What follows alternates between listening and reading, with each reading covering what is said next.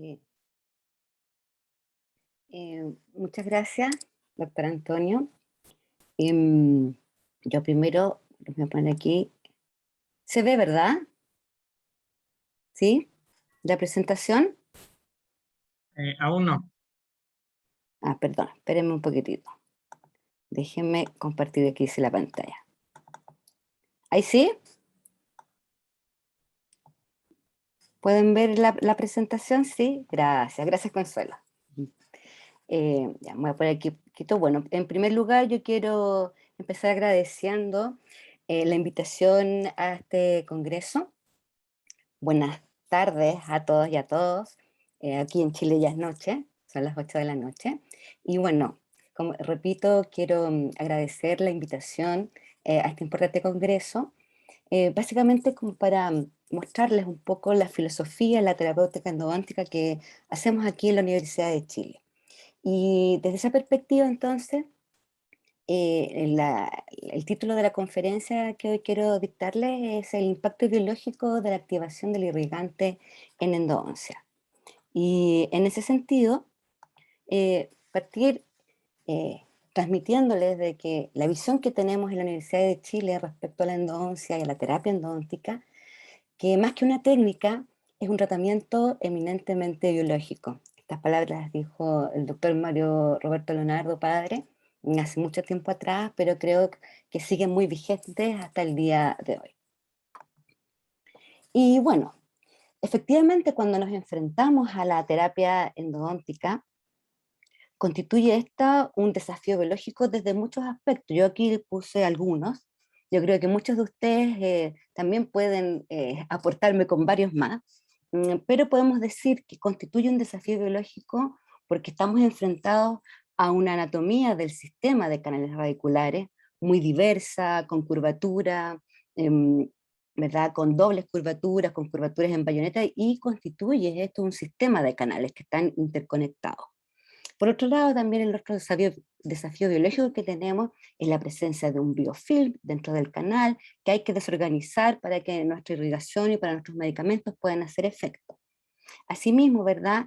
Se genera durante nuestra instrumentación detritus y barro dentinario, ¿verdad? Que también tenemos que eliminar para lograr una correcta instrumentación y lograr también que todo lo que usamos, irrigantes, desinfectantes y medicaciones, puedan hacer efecto. La determinación de longitud de trabajo también resulta fundamental y constituye también un desafío biológico, dado que determinar la correcta longitud por cada canal o conducto en cada paciente es algo crítico desde un punto de vista biológico. Las irregularidades patológicas que también nos enfrentamos al realizar los tratamientos endodónticos también constituyen un desafío biológico para el endodoncista, así como la burbuja de aire apical que se produce al momento de estar irrigando, que vamos a ir abordándolo posteriormente. Entonces, bueno, empezar recordando cuáles son los objetivos de la instrumentación o progresión quimiomecánica en endodoncia. Primero vaciar la cavidad pulpar, configurar, ¿verdad?, que significa alisarla, rectificar y ampliar las paredes del canal, favorecer la acción de los fármacos que usamos, de irrigaciones o medicamentos, preparar un tope apical y facilitar la obturación. Cuando hablamos de limpieza y conformación, son dos conceptos que van muy ligados, pero que son distintos. La limpieza y desinfección corresponde a la remoción de componentes potencialmente patogénicos dentro del sistema de canales radiculares. En cambio, la conformación es una creación de una cavidad con un diseño específico, ¿ya?, que nos permite un acceso tridimensional y progresivo al canal radicular con la preparación de un tope. Y estos tres aspectos hacen que y permiten de un ajuste fácil y preciso de los materiales de obturación. Ahora, cuando hablamos de la instrumentación o preparación quimiomecánica, tenemos objetivos mecánicos y objetivos biológicos. Los objetivos biológicos es que se debe conservar la curvatura y la anatomía natural del canal, por un lado, y que debemos mantener el diámetro y la posición del foramen apical, es decir, evitar transportarlo. Cuando hablamos de objetivos biológicos de la preparación quimiomecánica, nos referimos a remover el contenido pulpar, ¿sí?, o bacteriano, en este caso el biofilm, y sus productos del espacio canalicular.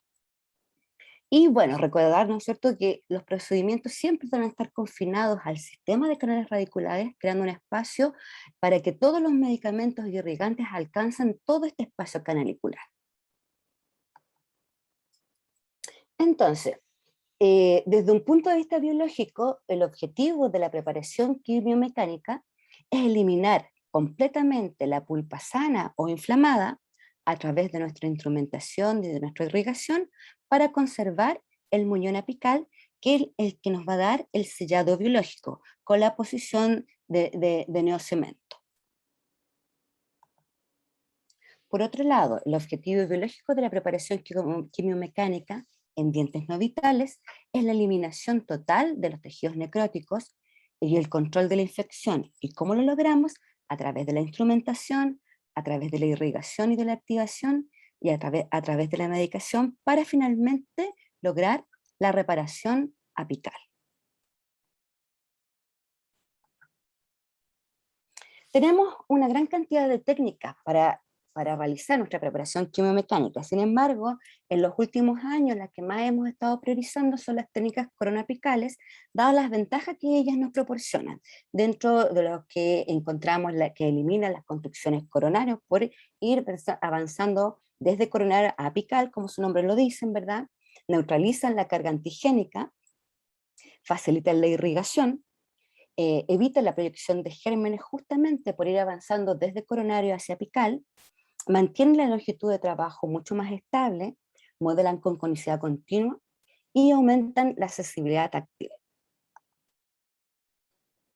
Ahora, desde muchas décadas, tanto los investigadores como los clínicos han llegado a consenso que la instrumentación de la porción apical del canal radicular es crítica en una endodoncia exitosa. Y entonces ahora vamos a adentrarnos un poquito más a los límites de la instrumentación en el tercio apical, tanto en longitud como en amplitud. Con relación al límite en longitud, siempre se ha hablado de que uno debiese confinar nuestra instrumentación o nuestra preparación quimiomecánica a la área o unión cemento-dentinaria. Es un término introducido por Cutler padre hace bastante tiempo, ¿ya? La unión o área CDC, pero debemos entender de que esto es un concepto más bien histológico, ¿sí? Y efectivamente es un área. Por lo tanto, no se encuentra un patrón morfológico de este área unión cemento-dentinaria. Y esto implica entonces que clínicamente no podemos tener un patrón predeterminado, es decir, estándar de longitud de trabajo. Lo que quiere decir de que tenemos que determinarlo para cada canal, en cada diente, en cada uno de nuestros pacientes. Aquí mostrarles, ¿verdad? Por ejemplo, en esta microfotografía, los forámenes apicales. Sabemos que el foramen en más de un 90% no coinciden con el vértice anatómico, sino que están bastante alejados de él. Y que muchas veces hay gran cantidad de salidas apicales, ¿ya? Y que en un gran porcentaje efectivamente hay más de una salida, 2 o 3. Y esto es relevante para cuando estamos determinando longitud de trabajo y realizando nuestra técnica de instrumentación. Por otro lado, ustedes aquí pueden ver las formas de terminaciones del foramen, que en rigor, en un mayor porcentaje, sobre el 60%, son de una forma arrillonada, ¿sí? La otra más frecuente, circulares, bueno, también tenemos circulares como acá, asimétricos o irregulares. Y todas estas cosas tenemos que ir tomándolas en cuenta cuando estamos instrumentando y determinando la longitud de trabajo. Por otra parte, al determinar también la longitud de trabajo, tenemos que tener muy en cuenta la continua posesión de cemento, es decir, la relación que hay entre el cemento y la biología. Por un lado, tenemos un aumento de longitud del conducto canal cementario por razones fisiológicas, es la edad. Y esto es relevante porque cuando hacemos endodoncia en adultos mayores, tenemos que entender de que biológicamente, probablemente la longitud de trabajo va a quedar un poco más alejada del vértice radiográfico. Lo mismo pasa, ¿verdad?, cuando tenemos pacientes que tienen enfermedad periodontal o que han sido sometidos a tratamientos ortodónticos. Hay un aumento del canal cementario, por lo tanto tenemos que tener mucho cuidado con esto al momento de determinar la longitud de trabajo. También tenemos que entender que hay condiciones patológicas que alteran la posición del foramen, como hipercementosis y reabsorciones, y son también condiciones que tenemos que tomar en cuenta al momento de establecer nuestra longitud de trabajo. ¿Sí? Entonces, como les decía, si uno revisa la evidencia hacia años atrás, hace varias décadas atrás, claro, los clínicos no se ponían muy de acuerdo en rigor a cuánto efectivamente debíamos dejar la longitud de trabajo para estar confinados dentro del canal dentinario y no del canal cementario. ¿Sí? Y aquí ustedes pueden ver de que muchos autores decían de que al principio, estamos hablando de la década de los años 20, se decía que a 2 a 3 milímetros en dientes con pulpa vital, ¿ya? Otros decían efectivamente la unión cemento-dentinaria, pero como les digo, esto es un área histológica. Ingle decía de que a 0,5 milímetros del término radiográfico. Langela decía que era muy difícil, porque había muchas variaciones, y eso sí es algo súper importante, hay muchas variaciones entre un paciente y otro, ¿ya? Y muchos estudios, claro, decían de que era mejor dejarlo a 1 milímetro del vértice radiográfico. Como por otro lado, otros autores decían que en rigor deberíamos estar más alejados del ápice. Entonces, en la actualidad, ¿con qué nos quedamos? Obviamente con el criterio clínico que lo obtenemos del conocimiento de la biología, del diagnóstico, del caso que estamos enfrentando, de la anatomía y del mismo caso clínico.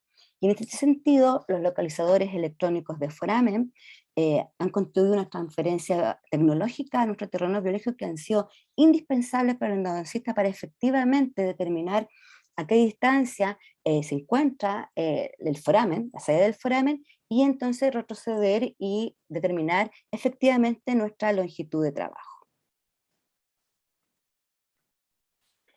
Aquí, por ejemplo, en estas fotos podemos ver que si ustedes ven aquí está del centro, uno pudiese decir de que está a 1 milímetro del vértice radiográfico y estaríamos bien, si solamente nos guiáramos por la radiografía al realizar nuestros tratamientos de endodoncia. Sin embargo, este mismo diente, fíjense, lo fuera que estamos del canal radicular, ¿ya? Del canal dentinario, ¿ya? Sin embargo, la radiografía, con la visión que uno tiene, se ve completamente dentro. Aquí también les muestro estas fotos de raíces anatómicas, de distintos dientes, ¿verdad? Para que puedan fijarse dónde se encuentra la salida del foramen. Y en general, en algunos, y en muchos casos está más bien alejada del vértice anatómico, con mayor razón del vértice radiográfico.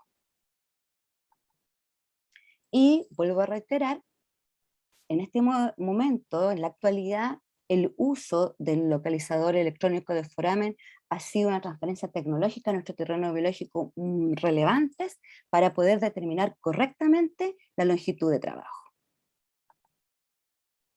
Hablemos un poquito ahora de la amplitud a nivel del tercio apical. Y aquí me refiero a la amplitud al diámetro apical final o la lima maestra final que damos de nuestra preparación. Y eso dice relación con varios aspectos.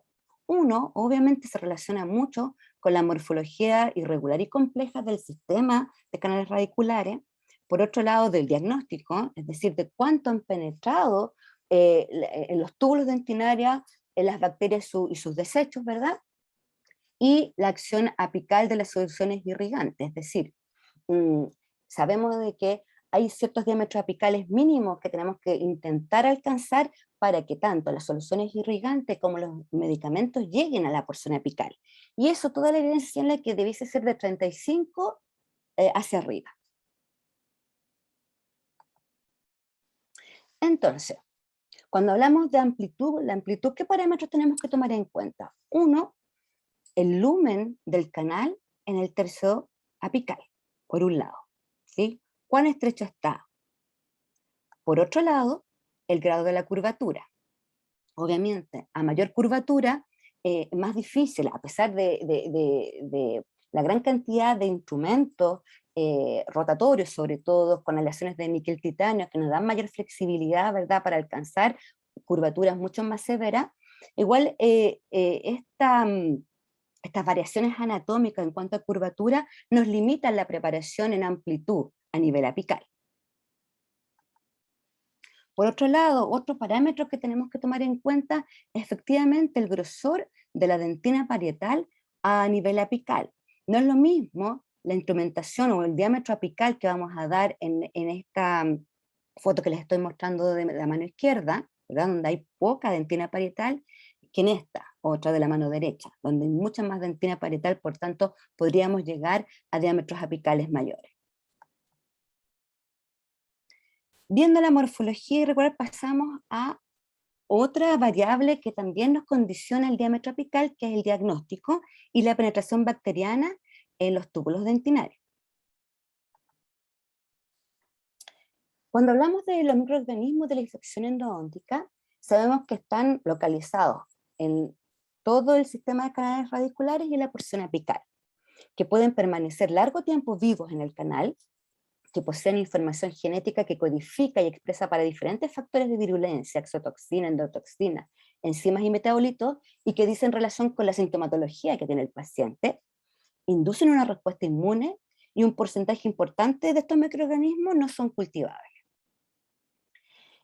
Cuando hablamos de microbiología endodóntica, sabemos que existen diferentes nichos ecológicos a nivel cervical, a nivel medio y a nivel apical, y sabemos, ¿verdad?, que es un proceso infeccioso polimicrobiano. Ahora, si nos adentramos a los tipos de infecciones endodónticas, tenemos las infecciones intrarradiculares y las extrarradiculares. Dentro de las intrarradiculares tenemos la infección primaria, ¿ya?, o primoinfección, es aquella infección, ¿verdad?, en donde no ha habido intervención del clínico, ¿sí? La infección secundaria es donde ya efectivamente hay una intervención del clínico, y la infección persistente en donde ya ha habido tratamiento de endodoncia, pero no ha logrado los objetivos, digamos, de reparación y de desinfección, de evitar la infección. ¿Sí? Son los fracasos endodónticos.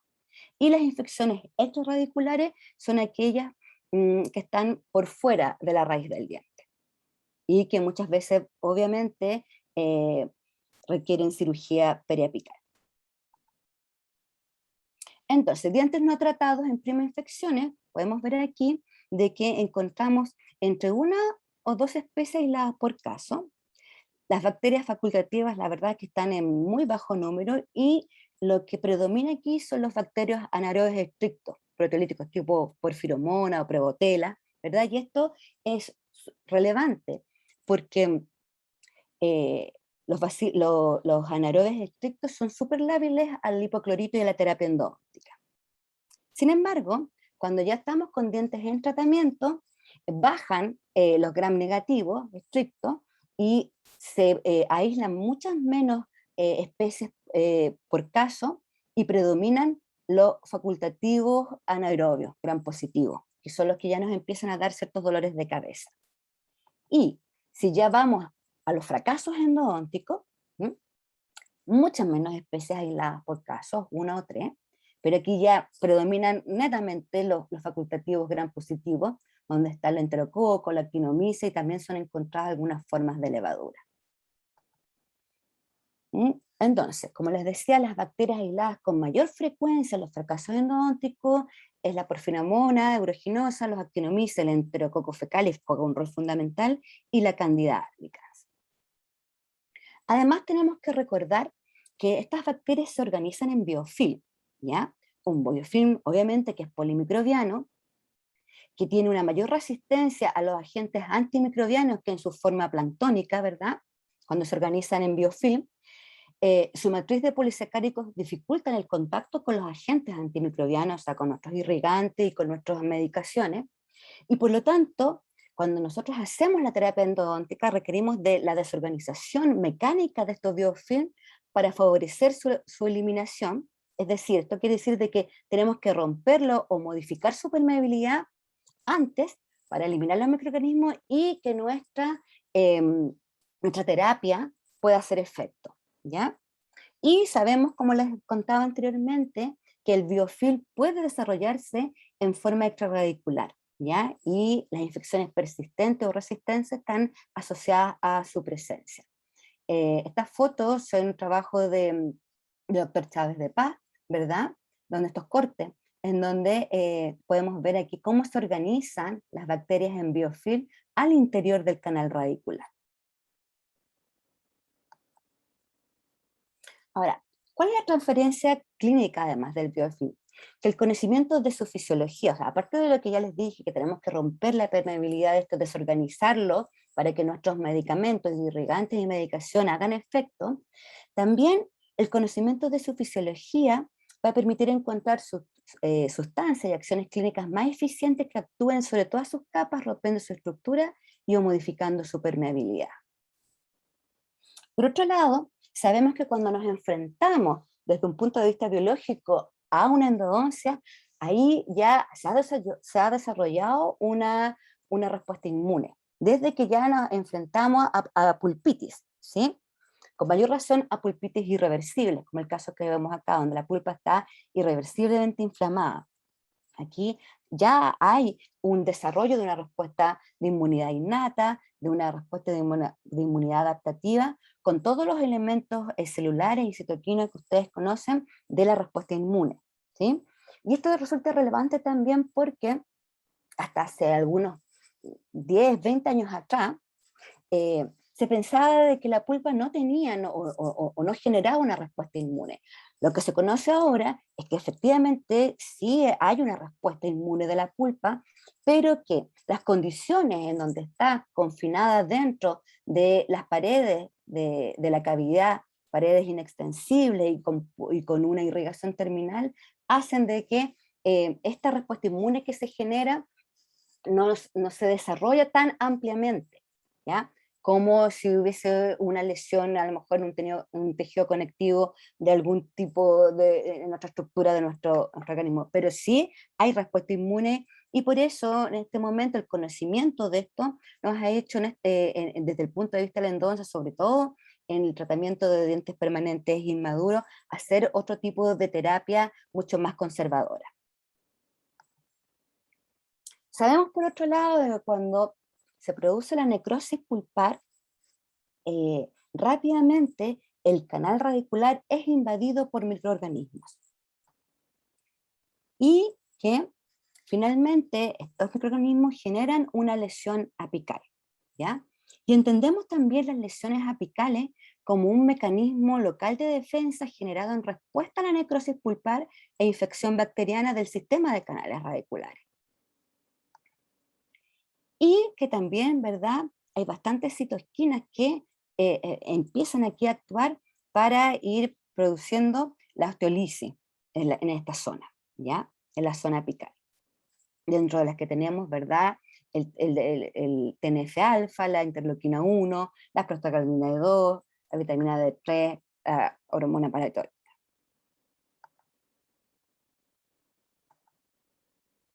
Lo importante desde un punto de vista clínico es que entendamos que cuando estamos frente al tratamiento de una lesión a nivel apical, hay desarrollada toda una respuesta inmune, que es lo que ustedes están viendo acá, ¿ya? Donde tenemos macrófagos, donde tenemos linfocitos B, linfocitos T, y los mediadores proinflamatorios, interleuquina 1 alfa, TNF-alfa, interleuquina 1 beta y RANKL. ¿Y cuál es la transferencia clínica del conocimiento de esta biología? Todos los protocolos de medicación sistémica cuando enfrentamos un tratamiento endodoncio, sobre todo cuando hay infección, ¿verdad? Todos los protocolos de medicación intracanal, los antisépticos de irrigación y los que veníamos hablando del diámetro apical de instrumentación y la longitud de trabajo. Entonces sabemos que en la actualidad es imposible erradicar toda la infección bacteriana intraradicular solo con la preparación mecánica de los canales. Resulta indispensable la preparación química para complementar y optimizar esta tarea. ¿Por qué medicar? ¿Ya? Primero, y aquí, bueno, decirles que hay dos escuelas. ¿Ah? Hay una escuela que en general decide no medicar. La escuela nuestra en la Universidad de Chile En términos generales medicamos, hay algunos casos que no, ¿ya? A lo mejor en lesiones más chiquititas, que se ha controlado muy bien la infección, ¿verdad? Etcétera. Pero en términos generales nosotros sí estamos por medicar. ¿Y por qué? Primero, porque no existe una garantía clínica de que los retos tisulares y las bacterias puedan ser neutralizados o eliminadas por completo con la preparación quimiomecánica, que no hay manera de determinar clínicamente el grado de penetración tubular por parte de las bacterias, sus productos y los retos necróticos, y también porque la medicación, en caso de que no logremos eh, terminar una endodoncia que tiene una infección y que tiene, ¿verdad?, sabemos, biofilm en el interior, eh, no logramos terminarla, la medicación hace como un agente físico entre sesiones y en el fondo impide la reorganización del biofilm, de que nos ha costado tanto desorganizar, ¿verdad?, con nuestra preparación quimiomecánica. Si no logramos terminar, hace como una barrera física y nos impide que se reorganice nuevamente. ¿Qué es lo que mayormente utilizamos como medicación intracanal? Utilizamos un vehículo, ¿ya?, que puede ser suero, que puede ser propilenglicol, o que puede ser más oleoso, como el paramonoclorofenol, con hidróxido de calcio, ¿ya? Con la idea de que al mezclarlo se disocian en iones calcio y iones hidroxilo, que sabemos que son los que producen un aumento del pH y tienen una acción bactericida. ¿Cuáles son las propiedades biológicas de la medicación intracanal con hidróxido de calcio? Sabemos que tiene una actividad antimicrobiana porque produce daño a las paredes celulares, denaturación de proteína y daño al DNA.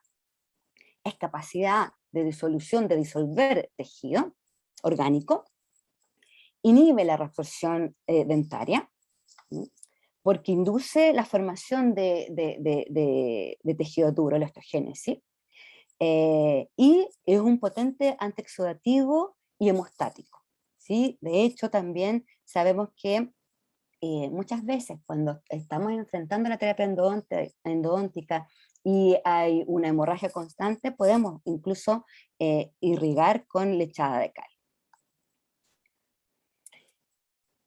Como les dije, se mezcla con diferentes vehículos, ¿ya? Y lo mezclamos en relación a lo que queremos obtener, ¿sí? Cuando se mezcla con suero, la liberación de iones hidroxilo es mucho más rápida, ¿sí? Por lo tanto, cuando estamos frente a una infección muy severa, usamos medicación con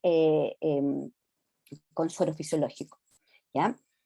Cuando queremos mantener un poco más de tiempo la liberación de hidroxilosa no tan rápida, usamos una medicación y queremos mantener la medicación entre 10 a 14 días, porque la con suero normalmente es 7 días, una semana. Cuando la queremos tener un poco más de tiempo, por razones biológicas, ¿verdad? Porque queremos ayudar a inducir, por ejemplo, tejido calcificado, ¿verdad? Y no solamente la acción antimicrobiana de desinfección, sino que también queremos ayudar a reparar un poquitito en lesiones más grandes, lo dejamos un poco más de tiempo y ahí lo mezclamos con propilenglicol, o en caso también en dientes permanentes jóvenes, ¿verdad? Donde queremos a lo mejor lograr el cierre apical en inducciones, al cierre, y ahí incluso lo dejamos por más tiempo dependiendo de cuán abierto esté.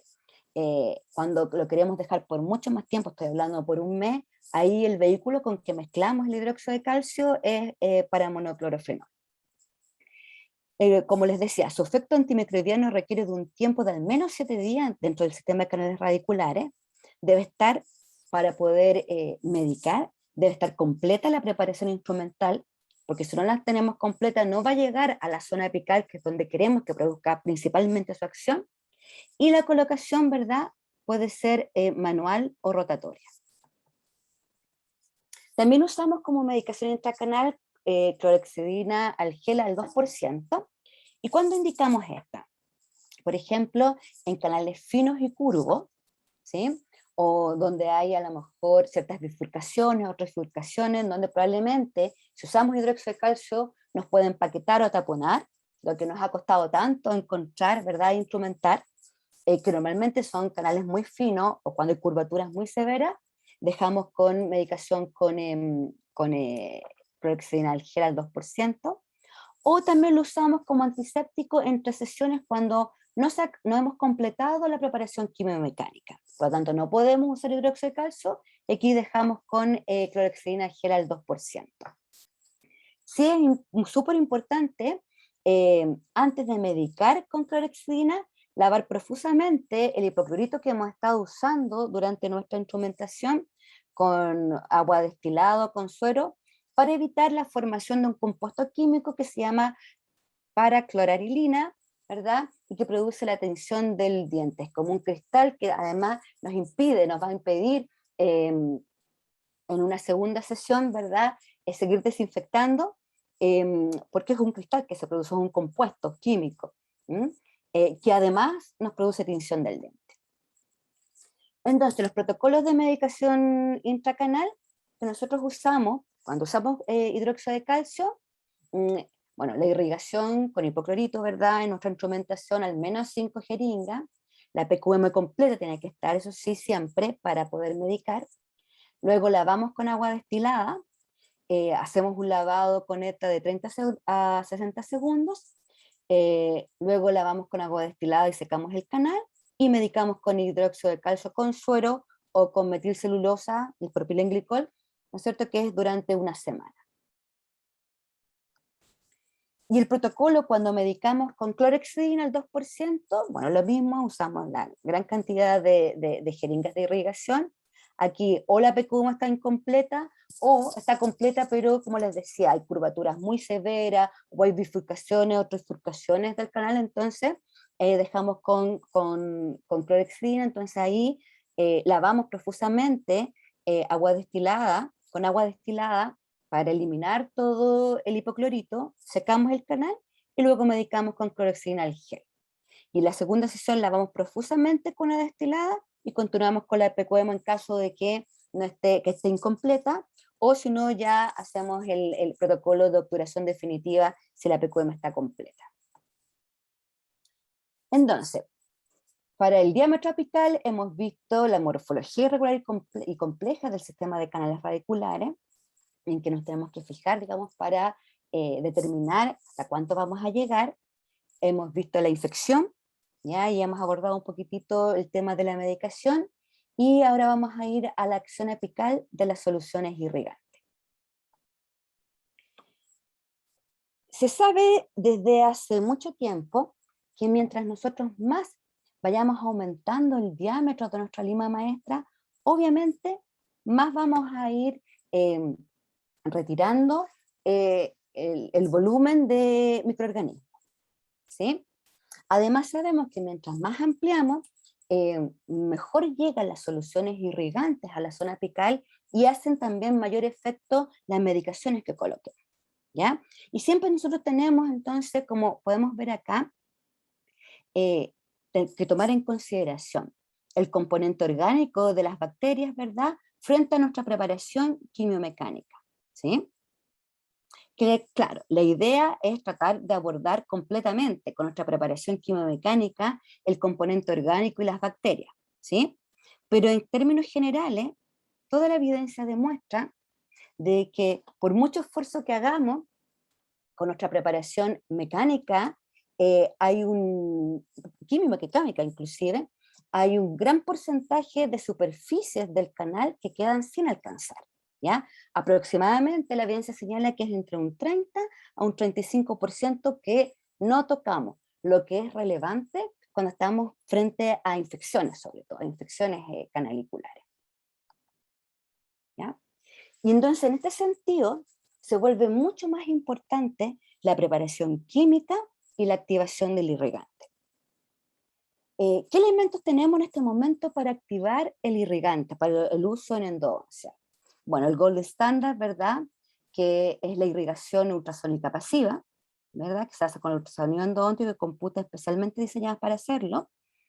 Tenemos la activación sónica, que es el endoactivator, que tiene diferentes puntas, ¿sí? En los últimos años salió la XP Finisher, ¿verdad?, que también nos ayuda a activar el irrigante, entre otras cosas, ¿verdad?, a retirar también la medicación, etc. Y también tenemos la irrigación activada por láser. En esta conferencia yo les voy a hablar del Gold Standard, ¿sí?, que es la irrigación ultrasónica pasiva. Contarles de que, y les voy a mostrar una investigación muy interesante que hicimos en el contexto de nuestra universidad, ¿sí?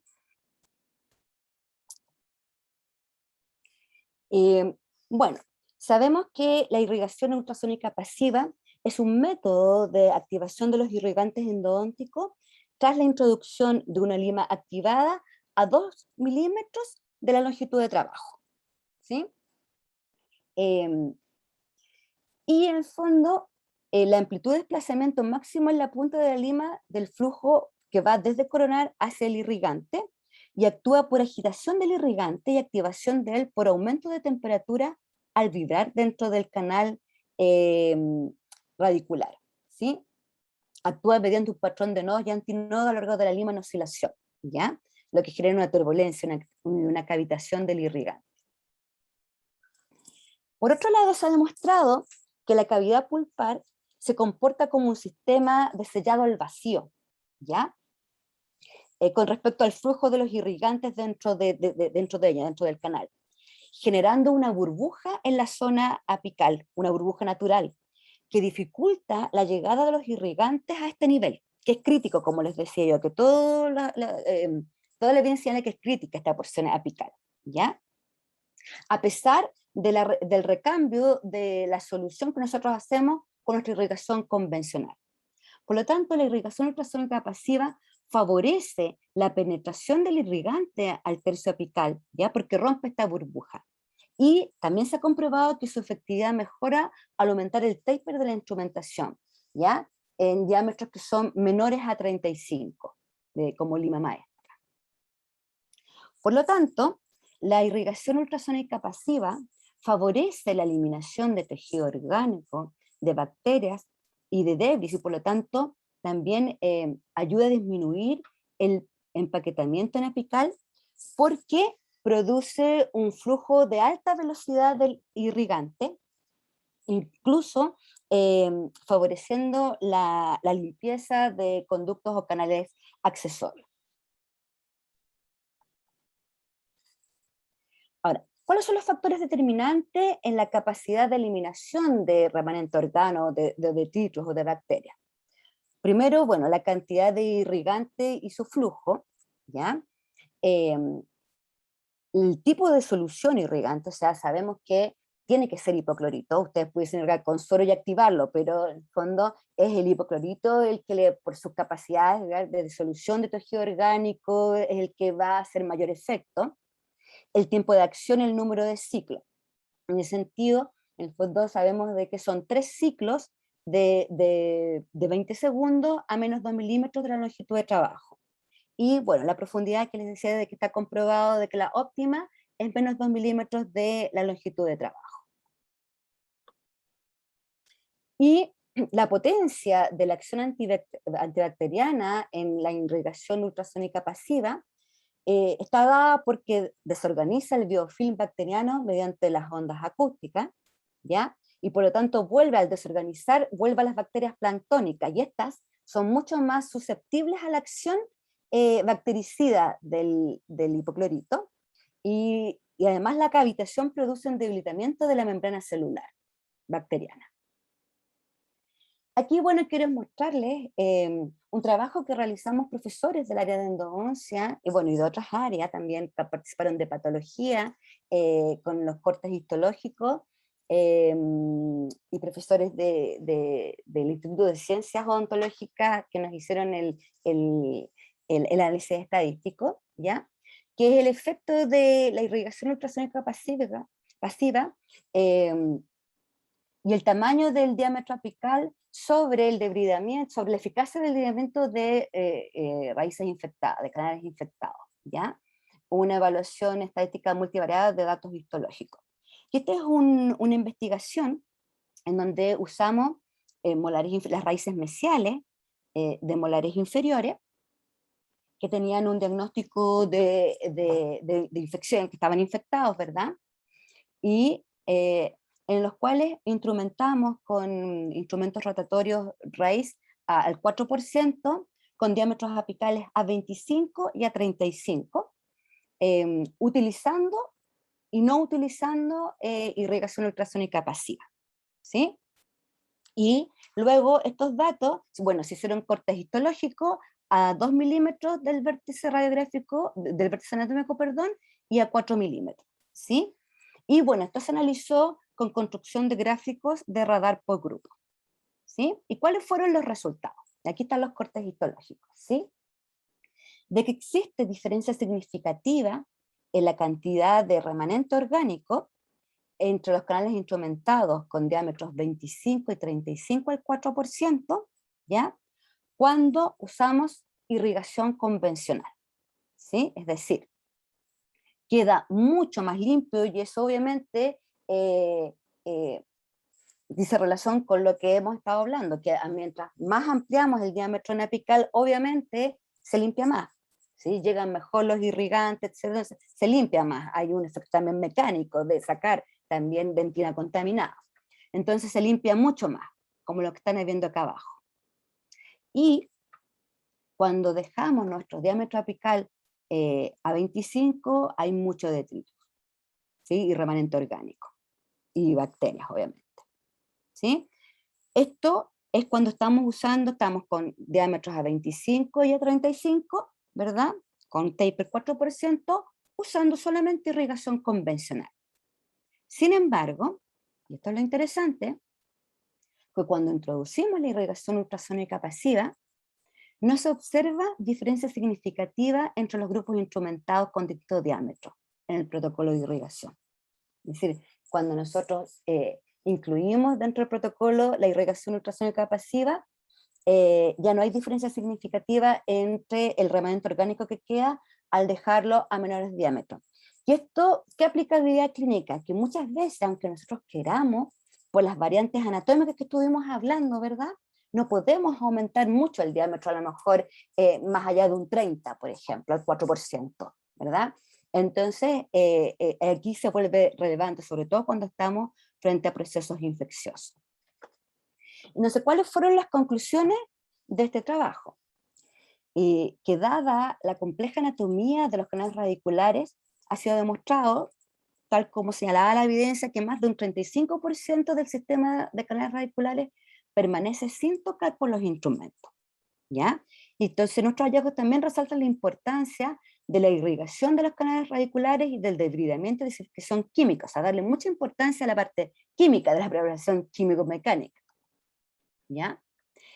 Que en relación a la irrigación ha sido demostrado, y nuestro trabajo también lo demostró, que la irrigación ultrasónica pasiva es más efectiva que la irrigación convencional para remover el tejido orgánico, porque desintegra más las bacterias, el debris dentinario y desorganiza el biofilm, ¿ya? Y que, como lo hemos estado hablando, el ultrasonido crea una alta velocidad y flujo del irrigante en el canal durante la irrigación, por lo tanto produce más eliminación del tejido orgánico, menor empaquetamiento y mejor acceso de los productos químicos a los canales accesorios. Y por tanto, el uso del ultrasonido endodóntico, la irrigación ultrasónica pasiva, debería incorporarse dentro del protocolo habitual en la práctica endodóntica para mejorar el pronóstico de nuestros tratamientos, ¿ya? Y si nosotros recomendamos concluir la preparación del sistema de canales con la instrumentación manual dirigida muchas veces a la limpieza de los polos y los istmos en aquellos canales que tengan, ¿sí? Polos e istmos.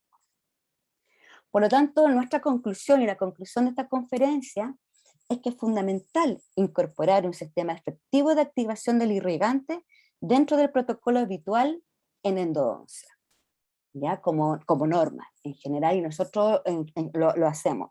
Lo hacemos con PUI, con irrigación ultrasónica pasiva, pero también estamos incorporando, a pesar de que no sabemos su efectividad en cuanto a la eliminación de remanente orgánico, de debris, ¿verdad?, de microorganismos, del endoactivator. Hay algunos trabajos que dicen que la XP Endofinisher también puede ser igual de ser efectiva tanto como la irrigación ultrasónica pasiva. Y hay también, últimamente han salido algunos trabajos muy interesantes con activación del irrigante a través de láser, ¿sí? Y bueno, esto que es lo que les quería contar, de que prontamente queremos hacer entonces, utilizando el mismo protocolo del trabajo que les mostré, comparando con el ultrasonido, que es el gold standard, como les decía yo, comparando XPS Endofinisher, comparando Endoactivator y comparando irrigación por activación por láser, ¿sí? A ver cuál de ellos resulta más efectivo o si son comparables con la irrigación ultrasónica pasiva. Gracias. Esto quiero mostrarles aquí cómo trabajamos en nuestra universidad. Aquí hay algunas docentes que están en el programa de especialización en endodoncia. Nos tocó duro con la pandemia, ¿verdad? Pero salimos adelante, empezamos a trabajar en noviembre del 2020 en el programa de especialización en endodoncia. Nuestros estudiantes utilizan toda la tecnología disponible, ultrasonido, microscopio, ¿verdad? Obturación termoplágica, etcétera. Pero siempre yo les recuerdo de que la endodoncia siempre más que una técnica es un tratamiento eminentemente biológico. Muchas gracias. Con esto termino yo mi conferencia. No sé si hay alguna pregunta que quieran realizarme.